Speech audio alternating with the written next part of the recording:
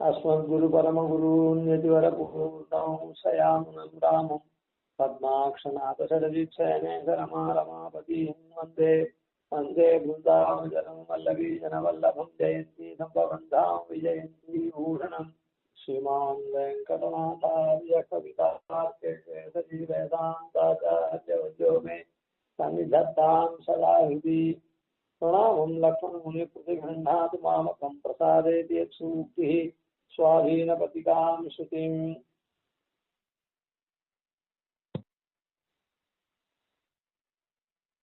शीतस्वभाव सुभगानुभवशिखावान् दोषावमद्दनियतोन्नतिरोषधीशः तापानुबन्धसमन सपनप्रजानां रामानुजो जयति संवलितत्रिधामा.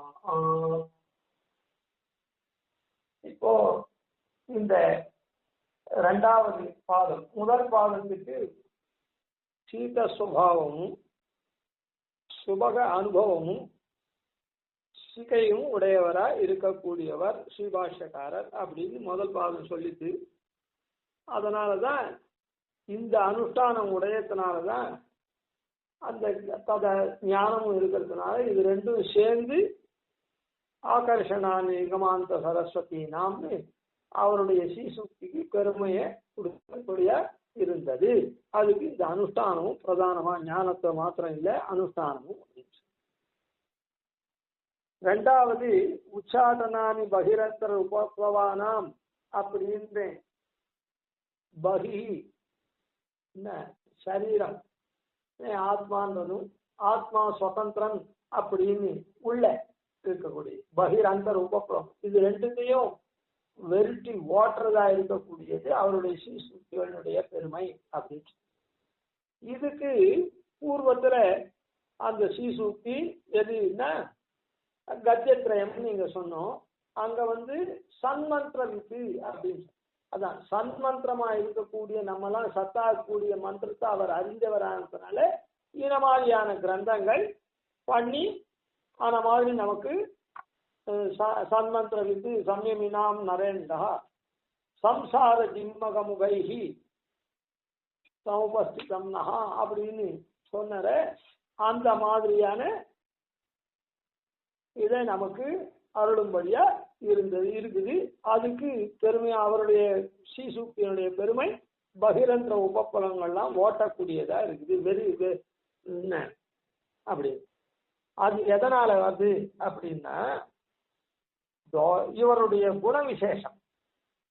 இந்த குண விசேஷம் எப்படி இருக்குது இவருடைய குணம் அப்படின்னு சொன்னா, நற்பண்புகள் உடையவர்களுக்கு தானே இந்த பல சித்தியெல்லாம் ஏற்படும்னு சொன்னோம்.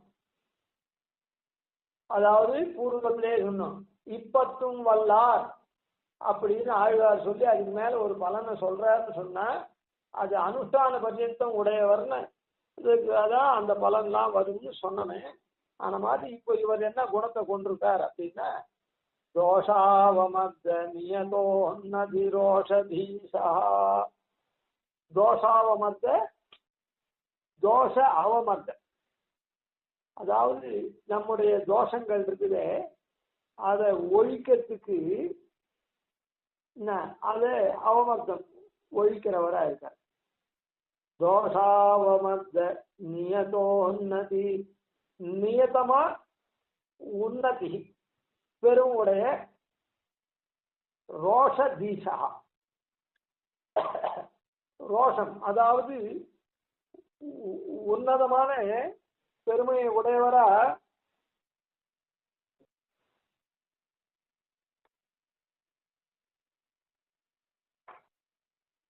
மகா பிரபாவசாலியா நேதமான மகிமையை உடையவரா இருக்க.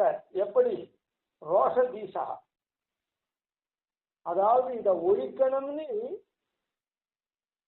அந்த உன்னதமான பெருமை எப்படி இருக்குது, மகாத்மியம் அவருக்கு எப்படி இருக்குது அப்படின்னு சொன்னா, நேதமான நேதோன்னதி, அதான் நியதமான மகிமை எப்படின்னா அதுல ஒரு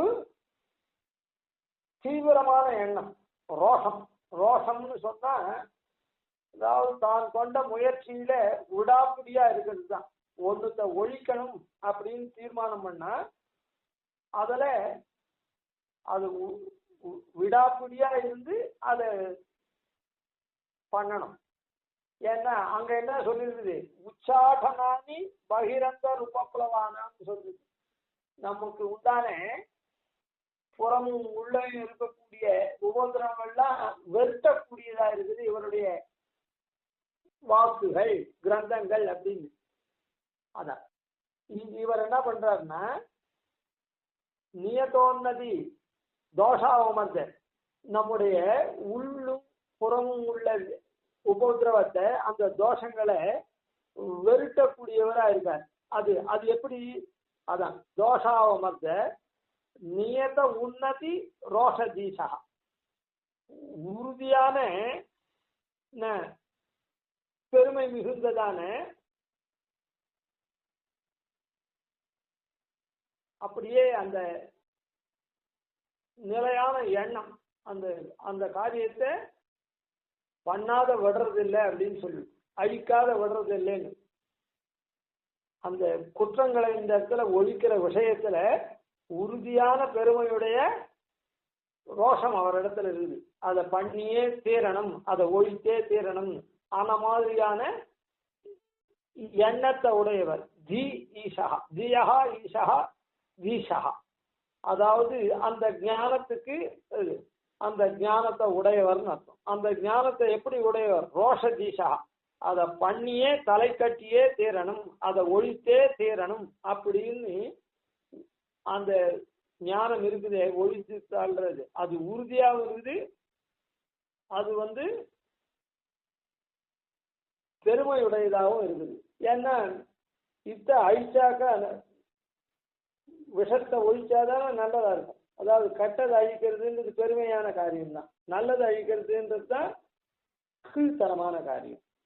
அதனால இப்படி தோஷாவமர்த்த குற்றங்களை ஒழிக்கிறதுல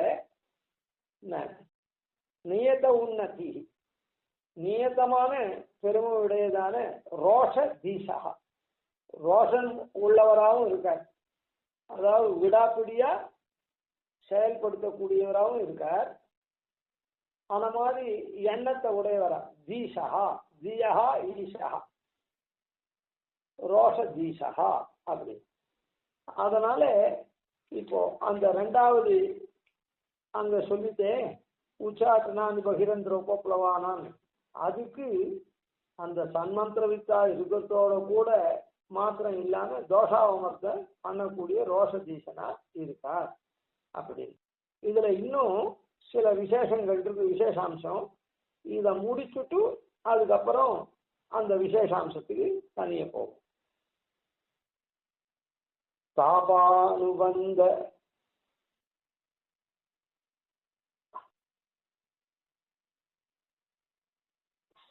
சமன தபன பிரஜானாம், அந்த பிரஜைகளுக்கு உள்ள தாபங்கள் இருக்குதே,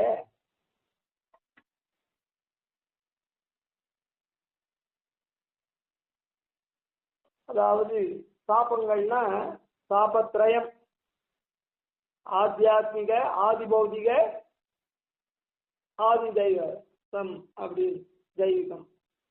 ஆத்தியாத்மிகம்னா நம்மளே இருக்கக்கூடியதான நம்மிடத்திலே இருக்கக்கூடியதான வியாதிகள். ஆதி பௌதிகம்னா பிறரால் ஏற்படக்கூடிய துன்பம். ஆத்தியாத்மிகம்னா நம்மிடத்திலேயே ஏற்படக்கூடிய துன்பம், நம்ம சரீரத்திலேயே ஏற்படக்கூடிய துன்பம். ஆதி பௌதிகம்னா பிறரால் ஏற்படக்கூடிய பூதங்கள்னால ஏற்படக்கூடிய துன்பம். ஆதி தெய்வீகம் அப்படின்னு சொன்னா தெய்வாதீனமா ஏற்படக்கூடியது. அதாவது புனல் சுனாமி, புயல் சுனாமி அதெல்லாம் யாராலையும் இல்லை, அது தெய்வத்தினால வரக்கூடியது. அதனால இப்படி நாம பண்ணின பாபத்துக்கு இந்த மாதிரி 3 விதமான தாபத்திரயம் நம்ம சூழ்ந்திருக்கு. இந்த தாபத்தை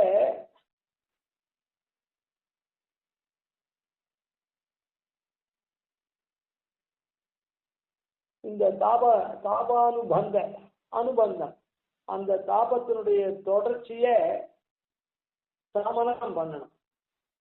இத்தனை நாளா இருந்த தாபம் அது ஏதோ அந்த தாபத்தை பட்டுட்டோம், அது தொடர்ச்சியா போயிட்டே இருக்குது. அதனால அந்த தொடர்ச்சிய தாபானுபந்த சமனம் இனிமேட்டு மேல வராத இருக்கக்கூடியதா ஒழிக்க வல்லதா இருக்கக்கூடியது தபன தபனா பிரஜானம், அதான் பிரஜைகளுக்கு உண்டான தாபத்தை. ஆனால் இந்த இடத்துல என்ன இந்த இதுல சொல்ற பத்தியானி கோர பவ சஞ்சர பீடித்தானாம், கோரமான சம்சாரம் இருக்குது, பவம் இருக்குது, அதுல அது சம்சாரமாகிற சஞ்சர நல்ல பூர்ணமா நம்ம முழுசா வியாபிச்சிருக்க ஜுரம் இருக்குதே, ஆத்தியாத்மிக ஆதி பௌதிக ஆதி தெய்வீகம்ன்ற தாபம், அதுதான் ஜலம். அப்படி பீடிக்கப்பட்டவர்களுக்கு பத்தியானி பத்தியம் போல நன்மை செய்யக்கூடியதா இருக்கார். அது எதனால இது பண்ணா இவருடைய தன்மை அனுஷ்டானம் எப்படி இருக்குதுன்னா தோஷ அவமர்த்த குற்றங்களை ஒழித்தே தீரணும் அப்படின்னு உறுதியான பெருமையுடையதான ரோஷம், அந்த எண்ணம் இருக்குது. ரோஷ தீசா, அந்த கடுமையான ஒரு வெறுட்டியே தீரணும் அப்படின்னு சொல்லிட்டு, அதனால அதுக்கு பத்தியம் போல அத பாபானுபந்த சமன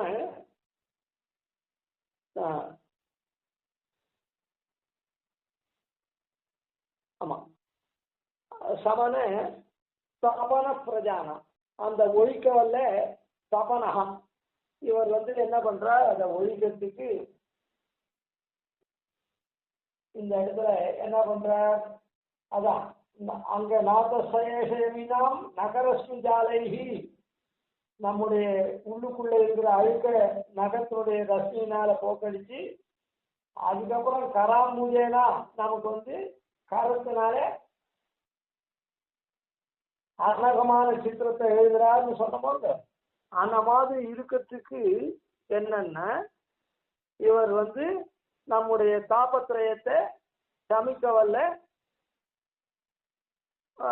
சமிக்க வல்லவராக இருக்கார். எப்படி அப்படின்னா தபனஹா, அதாவது தாபத்திரயத்தை தொடைக்கிறதுக்கு முதல்ல நம்ம வைஷ்ணவனாகிறார். அந்த வைஷ்ணவனாகிறதுக்கு என்ன பண்ணணும், அதான் எம்பெருமான் திருவடியில சேர்க்கார், அதான் சரணாகதி. அந்த இதுதானே சரமஸ்லோகம். அதனால அந்த சரமஸ்லோகத்துல என்ன பண்றது, மாசுத்தகான்னு சொல்லி அந்த நம்முடைய தாபங்கள்லாம் போறது. நீ எதுக்கும் அஞ்ச வேண்டாம், கவலைப்பட வேண்டாம், சரணாகதி பண்ணிட்டேன்னா நான் உன்னை எல்லா பாபங்களிலிருந்தும் விடுவிக்க கடவுள் தான் நாங்கள் சொல்லியிருக்குது. அதன்படிக்கு இவர் அதை பண்றதுக்கு என்ன, அந்த அது கடைசி தன்மை, வைஷ்ணவனாக்கத்தினுடைய கடைசி தன்மை. யானும் நீ என் உடமையும் நீயே அப்படின்னு ஆத்மாத்மிய பரசமர்ப்பணம் பண்ணக்கூடிய தன்மை கடைசி தன்மை, அதுதான் கடைசி காரியம். ஆனா அதுக்கு ஆரம்ப காரியம் என்ன அப்படின்னா முதல்ல வைஷ்ணவனா இருக்கணும். அந்த வைஷ்ணவன்றது எப்படி வரும் அப்படின்னா முதல்ல அவனுடைய சக்கர பொலியொற்றி கொண்டு அப்படின்ற ரீதியில இவர் நமக்கெல்லாம் தபனம் பாப சம்ஸ்காரத்தை பண்ணி வைக்கிறார். முதல் ஆரம் அது தொடர்ச்சியா மேல மேல மேல மேல வைஷ்ணவனா நாம் போறோம். அதனால அந்த சரமஸ்லோகத்தின் படிக்கு மாமேகம் சரணம் ரஜா அகத்வா சர்வபாபேபியோ மோக்ஷயிஷ்யாமி மாஸ்டா, இதை கொண்டுதான் அவர் நமக்கு நகரஸ்மினாலையும் கராம்புஜத்தினாலையும் மாஸ்டா அப்படின்றதெல்லாம் காண்பிக்கிறார். எல்லாம் அதெல்லாம் பார்த்தோம்.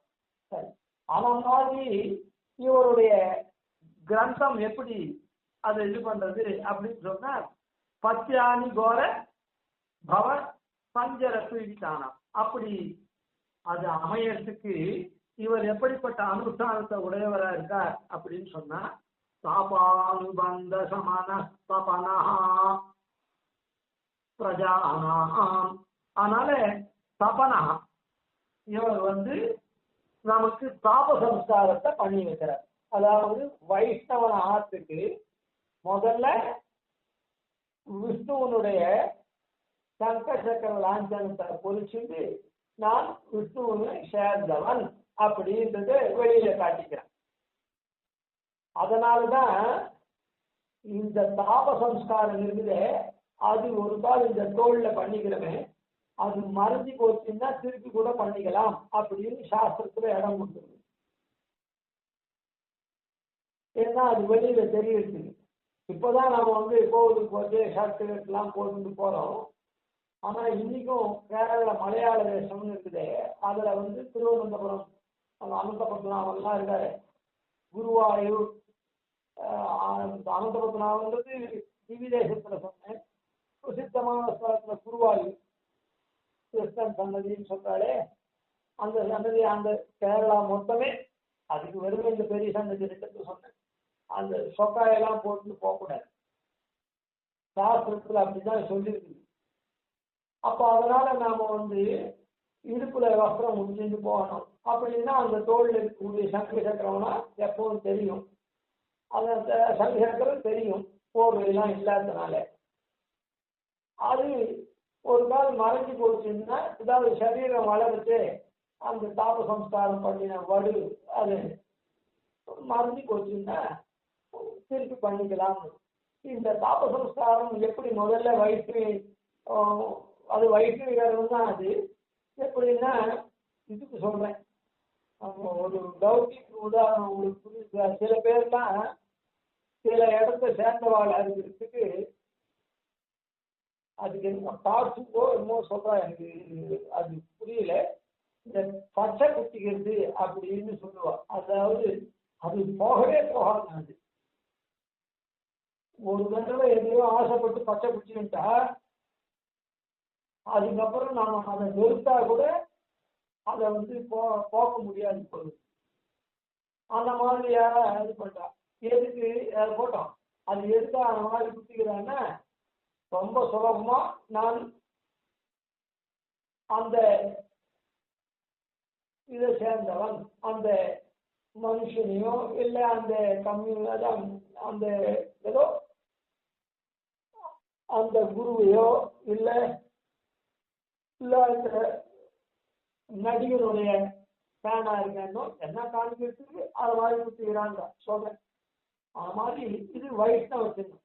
அது மாதிரி இந்த லௌகியத்துல உங்களுக்கு புரியுதுதா அதை சொன்னேன்.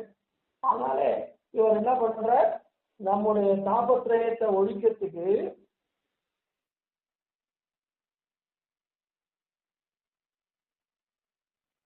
சபன சம்ஸ்காரத்தை பண்ற. ஏன் சபன சம்ஸ்காரம் பண்றாருன்னா, இது முன்ன போல இந்த சரீரம் இல்லை, இது எம்பெருமானுக்கு ஆட்பட்ட சரீரம். சிங்கப்பிரான் அவனன்மான் சேரும் திருக்கோயில் கண்டி சட்டங்கள் மேய்க்கும் பிரானார் வேணும் திருக்கோவில் கண்டி அப்படின்னா சொல்லப்பட்டிருக்க. ஆன மாதிரி இது பெருமாளை சேர்ந்தவன் இந்த சரீரம். என்னையும் என்னுடமையும் உன் சக்கர பொறிவற்றி கொண்டு அப்படி என்று இருக்குது. அந்த அனுஷ்டானத்தை நமக்கு எல்லாம் பண்ணி வைக்கிறதா இருக்க.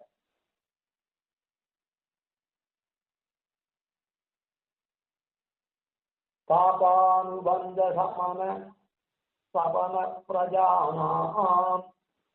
அதனால என்னன்னா நமக்கு பத்தியமா இருக்கு. பத்தியம்ன்றது என்னது, ஜுரங்கள்லாம் பீடிச்சிருக்குச்சே அந்த ஜுரங்கள்லாம் போகணும், அதுலேருந்து விடுபடணுன்றதுக்கு நமக்கு நன்மையை தரக்கூடியதான பத்தியமான விஷயத்தை இது பண்றோம். இதுல அந்த இடத்துலயே நம்ம சொல்லியிருக்கோம், அந்த பத்தியம்ன்றது ரெண்டு விதம். அதாவது மருந்துலாம் சாப்பிட்றது ஒன்று, அதோட கூட ஆகார நியமத்தையும் சொல்லுவார்கள். அந்த ஆகார நியமம் சிலதுலாம் நமக்கு உப்பு லேசா கால் உப்பு போட்டுக்கணும், புளியே பார்க்கக்கூடாது, எண்ணெயே கூடாது அப்படின்னு சொன்னா அந்த மாதிரி இருக்கிற பத்தியமெல்லாம் முடியாது. அதான் முடியாதுன்னு இல்லை, அது நமக்கு பிடிக்காது. இருந்தாலும் வேப்பம் கொஞ்சம் சாப்பிட்ற மாதிரி சாப்பிடணும். ஆனா இந்த பாஷ்யக்காரருடைய பத்தியம் எப்படி இருக்குது அப்படின்னு சொன்னா அந்த பத்தியமே பரம் போக்கியமானது. அதாவது இந்த க்ஷீர சேவைன்னு இருக்குது. இந்த க்ஷீர சேவைன்றது பத்தியத்துக்கும் க்ஷீர சேவை உண்டு. அதாவது ரோகம் போறதுக்கும் பால் சாப்பிட்றதுன்றது உண்டு. ஆரோக்கியமா இருக்கானே திடகாத்திரன், அவன் இன்னமும் நன்னா இருக்கிறதுக்காகவும் க்ஷீர சேவை பால் சாப்பிட்றது உண்டு. அந்த மாதிரி இந்த பத்தியத்துல வரைச்சு நீங்க தயிர்லாம் எடுத்துக்க வேண்டாம், நீங்க பால் தான் உபயோகப்படுத்தணும். அதனால நீங்க புளி காரமெல்லாம் அதெல்லாம் விட்டுடுங்க, பால் சாப்பிடுங்க, ஸ்ரீராமன் சாப்பிடுங்க அப்படின்னு சொன்னா அந்த பத்தியம் இன்னும் ரொம்ப சந்தோஷமாவும் இருக்கும். அது பத்தியத்துக்கு பத்தியமாவும் ஆச்சு, நமக்கு பிடிச்ச மாதிரி ஆச்சு. அது போல இவர் என்ன பண்றாருன்னா தாபானுபந்த சமனத்துக்காக நமக்கு எம்பெருமானுடைய திருவிலட்சணையை பொறிக்கிறார். அப்புறம் எம்பெருமானுடைய மந்திரங்கள்லாம் சொல்லும்படி சொல்றார். அதுவே நமக்கு நாம சங்கீர்த்தனமே நம்ம பாப்பத்தை போக்கடிக்கிறது. இந்த மாதிரி அந்த பத்தியமே நமக்கு இதுவா இருக்குது. அது அங்கேயே சொல்லியிருக்கணும், சொன்னேன்னு நினைக்கிறேன், தெரியல. அதனால பத்தியானி கோர பவ சஞ்சர பீடித்தானாம் அப்படின்ற எதிராளியுடைய வாக்கு இருக்குதே, அதான் கீதா பாஷ்யம்னு அந்த இடத்துல சொன்னோம். அதான் எல்லாம் எம்பெருமானுக்கு அர்ப்பிக்கணும். என்ன இப்போ நாம சாப்பிட்றதுக்கு தான் சாப்பிட போனோம், நமக்கு பிடிச்சத அது எம்பெருமானுக்குன்னு சொல்லணும். நாம இருக்கிறபடி தான் இருக்க போறோம், அதுக்காக இருக்கபடி தான் தாறுமாறா இல்லை. சாஸ்திரம் விஷயந்த வழியில நாம பண்ண போறோம். அதை அது எம்பெருமானுக்கு பண்ணிட்டா சரியா போகும். அது ரொம்ப இவருடைய பத்தி. இத மாதிரி வரத்துக்கு காரணம் என்ன அப்படின்னு சொன்னா இவர் அனுஷ்டானப்படுறா இருக்கார். தாபானுபந்த சமன ஸ்தாபனா அப்படின்னு சொல்லப்பட்டிருக்கு. அதனால இவருடைய இது நன்னா நடக்கக்கூடியது. ராமானுஜோ ஜெயதி சம்வலித த்ரிதாமா. ராமானுஜர் இப்படி சம்வலித த்ரிதாமா 3 குணங்கள் கொண்டு விளங்குறார். எப்படி தான் ரூபவானா இருக்கார், அப்புறம் சீத சுபாவத்தெல்லாம் காட்டுறதுக்காக அனுஷ்டானப்படுறார், சிகாவானா இருக்கார். தோஷத்தெல்லாம் போக்கடிக்கிறதுல ரோஷ தீஷா ரோஷமான எண்ணத்தை உடையவராயிருக்கார். அதாவது தன்னுடைய உருவத்தினால காண்பிச்சார் தான் சீத சுபாவன்றத. அதுக்கப்புறம் தோஷத்தை ஒழிக்கிறதுல முனைப்போட இருக்காருன்றத ரோஷதீஷா முனைப்பு உள்ளவர்ன்றத காண்பிச்சார். தாபானுபந்த சமனத்துக்கு நமக்கெல்லாம் பாப சம்ஸ்காரத்தை பண்ணிக்கிறதா இருக்கார் அப்படின்னு. இப்படி 3 குணங்களுடைய திரிதாமா அப்படின்னு சொல்றது. ராமானுஜா ஜெயதி சம்பளித்தன்னா சேர்ந்தது. 3 குணங்களும் சேர்ந்தவரா இருக்கார் அப்படின்னு சொல்லியிருக்கு. இந்த கடைசி இதுக்கு திரிதாமா அப்படின்றது 3 குணங்களையும் உடையவராயிருக்கார் அப்படின்னு சொல்லிருக்குது. அப்படி ராமானுஜர் விளங்குகிறார். இதனாலதான் இவர் அப்படி விளங்கறதுனால சம்பளித்த திரிதாமா இந்த மாதிரி 3ஆ விளங்கறதுனால ஹிருத்யானி அங்க சொல்லித்த ஹிருதயங்கமா நமக்கெல்லாம் இருக்காருன்னு. மனத்தை கவரக்கூடியவரா, உள்ளத்தை கவரக்கூடியவரா அவருடைய வாக்கு இருக்குதுன்னு சொல்லித்தேவ. அதுக்கு காரணம் இந்த மாதிரி 3 விதமான தன்மைகளை கொண்டு விளங்கக்கூடியவரா இருக்கிறதுனால நம்முடைய உள்ளத்துக்கு மகிழ்ச்சியை தரக்கூடியவரா இருக்கார். कल्याण गुणशालिनी श्रीमते वेंकटेशाय वेदांत गुरवे नमः आदिवंशोपादीनिधिवर्यान्वदेन संशयरंगपूर्वशरीशानपदाश्रियम् श्रीवत्संसदलकं वन्दे श्रीकृष्णदेशिकम्